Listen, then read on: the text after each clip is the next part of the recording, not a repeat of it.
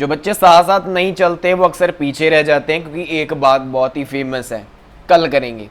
कल जब करोगे तो कल और जो वर्क होगा वो कब करोगे? परसों। और परसों जो वर्क होगा वो करेंगे आगे। ऐसे वो जो कल होने वाला है वो भी नहीं होने वाला, वो परसों के साथ ऐड होगा। ऐसे काम जो है वो लगातार लेट हो चलता है, बच्चे पीछे रह जाते हैं। और जब पीछे रह जाते हैं तो फिर सम निकलते ही नहीं है। और यही एक वजह है जो मैथ को होने नहीं देती।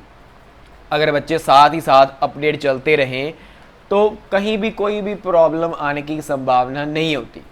सिक्स्थ सम में बोला है cos pi over 4 minus x, cos pi over 4 minus y, minus sine pi over 4 minus x, sine pi over 4 minus y is equal to prove कीजिए कि ये वैल्यू जो है वो इक्वल आती है साइन एक्स प्लस वाई के। ये जो वैल्यू है वो इक्वल आती है इस चीज़ के। इस बात को हमने प्रूव करना है कि इसको सॉल्व करने के बाद जो रिजल्ट आएगा वो आपका ये आएगा। ये बात हमने प्रूव करनी है। अगर थोड़ा सा दिमाग लगाओ, अगर मैं इसे a मान लेता हूँ, a मान लेता हूँ तो मैं ये भी फिर a ही हुआ, राइट। अगर मैं इसको b मान लेता हूँ तो ये भी मेरे पास b ही हुआ। तो फिर मेरे पास एक क्या हुआ, एक बार लिखते हैं। ये मेरे पास हुआ cos a cos b minus sine a sine b, right. ये हुआ मेरे पास। तो इसको अगर मैं कंपेयर करूं इस चीज़ के साथ, इस वाली चीज़ के साथ, तो ये मेरे पास फॉर्मूला बन रहा है एक, राइट। मेरा ये फॉर्मूला बन रहा है ये जो मेरी होल चीज़ बनी है, एक बार ध्यान से देखो, ये जो मेरी चीज़ बनी है cos a cos b minus sine a sine b, ये है ना, बिल्कुल ये है ना, राइट। ये है, ये जो फॉर्मूला है वो किसका है? cos a प्लस b का, राइट। तो इसको हम ऐसे लिख सकते हैं फिर, ये हुआ cos a प्लस b, मतलब इसका रिजल्ट ये हो गया, है ना। अब यहाँ पर a और b की वैल्यू लिखो।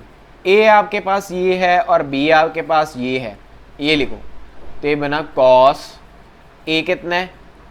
पाई ओवर 4 माइनस का x, उसके बाद प्लस b कितना है? पाई ओवर 4 माइनस का y, ऐसे करके, है ना। ये यहाँ पे ब्रैकेट नहीं है। अब इसको सॉल्व कर लो।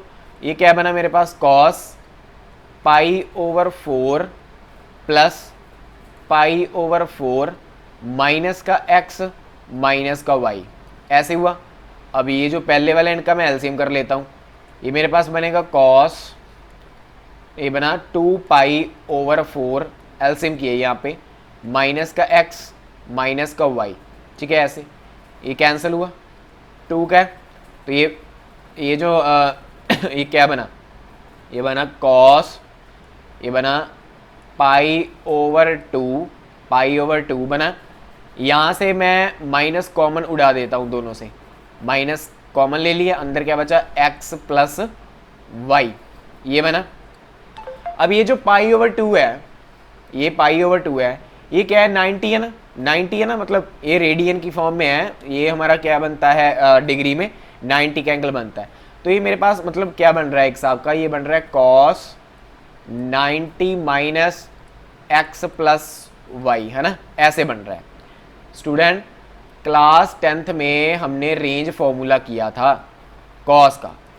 क्या था वो? cos 90 डिग्री माइनस का थीटा, वो क्या होता है? साइन थीटा, याद है ना, क्लास 10th में किया था।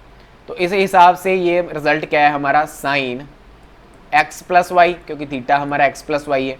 तो यही बात हमने प्रूव करनी थी। आप देख सकते हो कि ये रिजल्ट है वो किसका आ रहा है? साइन एक्स प्लस वाई का आ रहा है। तो ये देखो, यही बात हमने प्रूव करनी थी। 7th सम में इस बात को प्रूव करके इस बात को लेके आना है। तो करते हैं।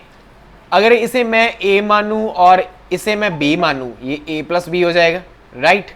और ये मेरा a माइनस बी हो जाएगा। तो ऐसे करके ये मेरे पास tan a प्लस बी का फॉर्मूला बनेगा, ये वाला। और नीचे मेरे पास tan a माइनस बी का फॉर्मूला बनेगा, ये वाला। दोनों को अप्लाई करते हैं।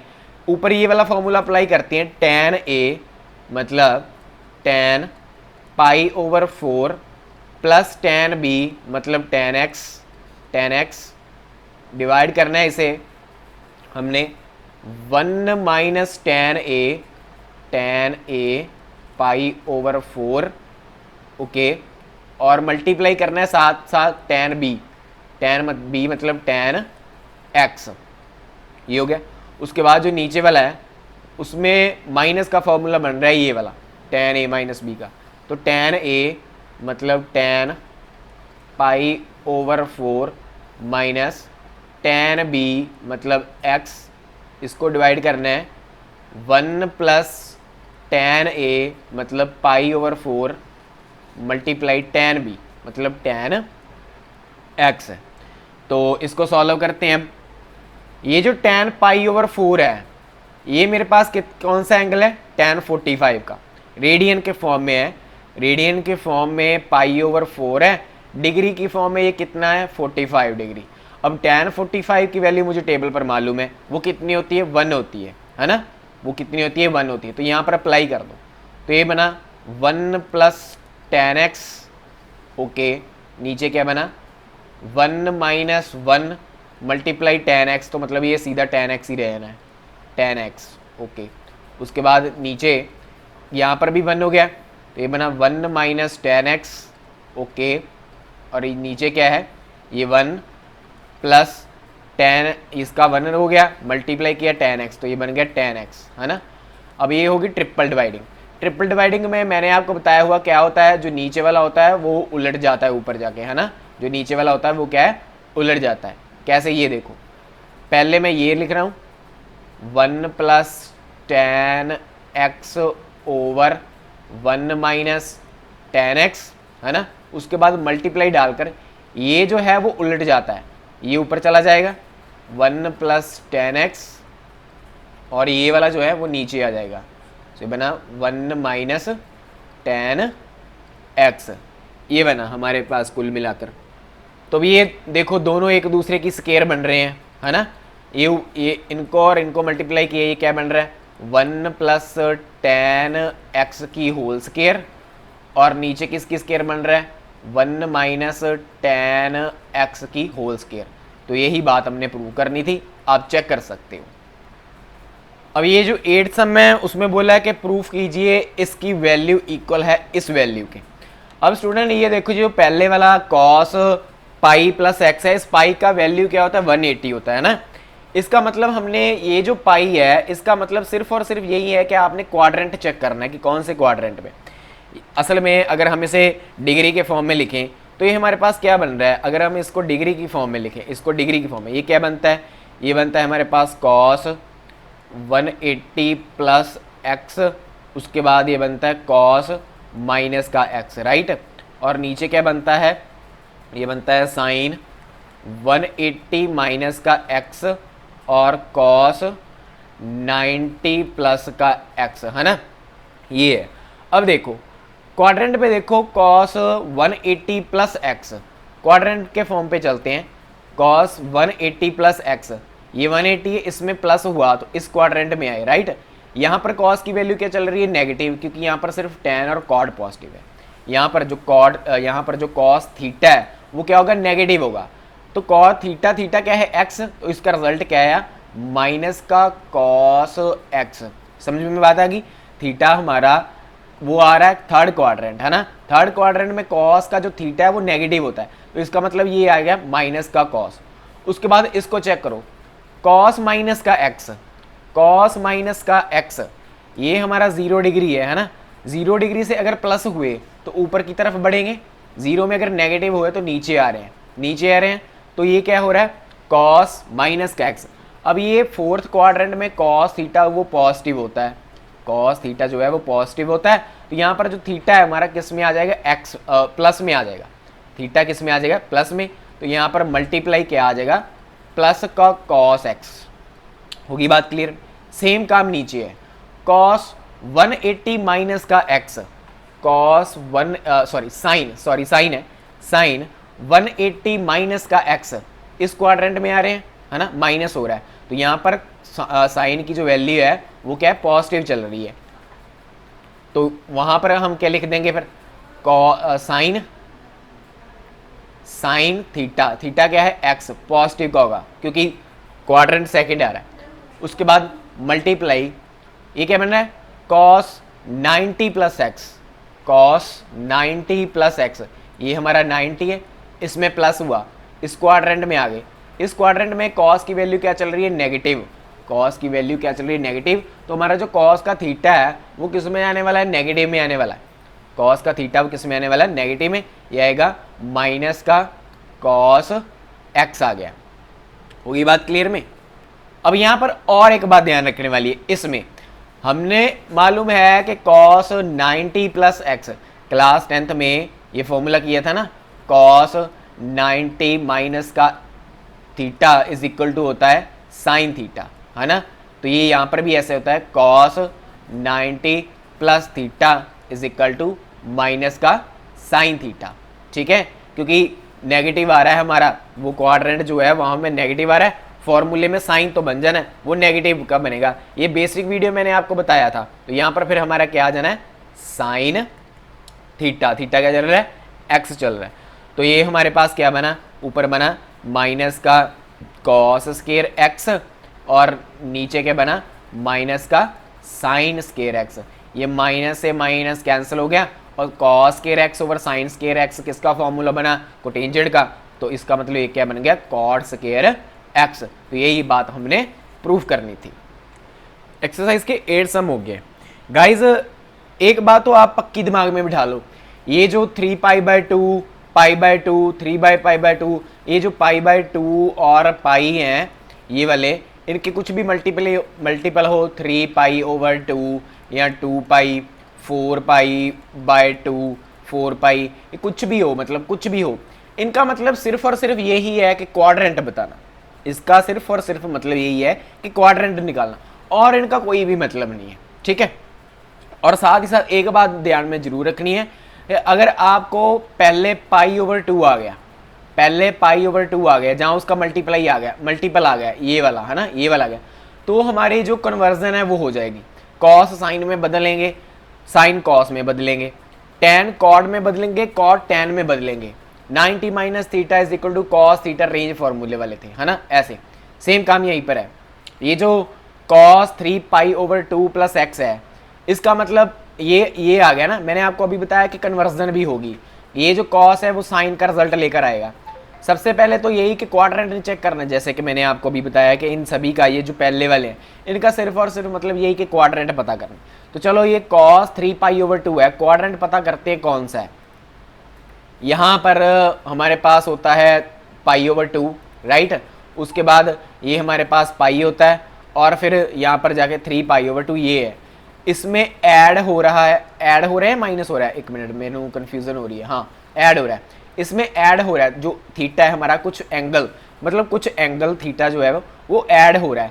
तो ये कौन से क्वाड्रेंट में जा रहे हैं, इस क्वाड्रेंट में, है ना, इस क्वाड्रेंट में। इस क्वाड्रेंट में कॉस की जो वैल्यू है वो क्या चल रही है, पॉजिटिव चल रही है ना। कॉस की जो वैल्यू है वो किस में चल रही है, पॉजिटिव में चल रही है।